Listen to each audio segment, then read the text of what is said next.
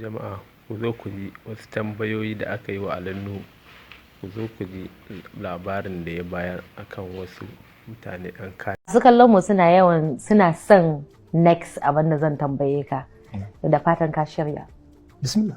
Mutum biyu zan baka sunayensu, za ka zaɓa a ciki, za ka zaɓi mutum ɗaya. To, ina ji. Nafisa Abdullahi, Rahama Sadau. To, Nafisa Abdullahi, Rahama Sadau. To, kuma dole mutum ɗaya zan zaɓa? Mutum ɗaya. Nafisa Abdullahi.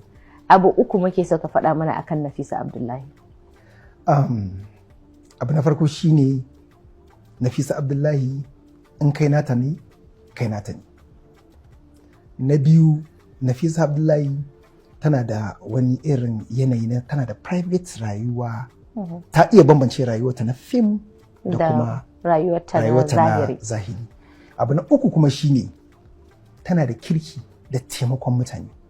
Wannan abubuwan uku shine abubuwan da zan faɗa kanta. To jama'a, nan ne muka bakku. Insha Allahu kada ku matsa, ku ci gaba da subscribing a YouTube channel ɗinmu mai suna Hadiza Gabon Official. Ku yi like, ku yi danna mana ƙararrawa, sannan ku yi mana comment. Yau mun kawo muku Allinnu.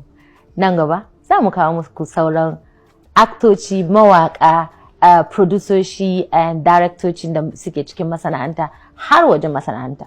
Na gode sosai. Miyatti masen. Merci beaucoup. Thank you so much.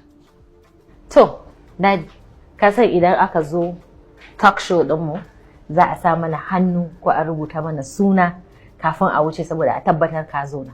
To.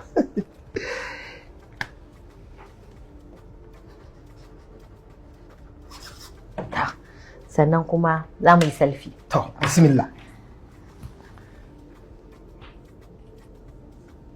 Thank you so much. To jama'a, in kun ji daɗin labarin nan, ku danna mana alamar subscribe domin ku ji samu ingantaccen labaranmu.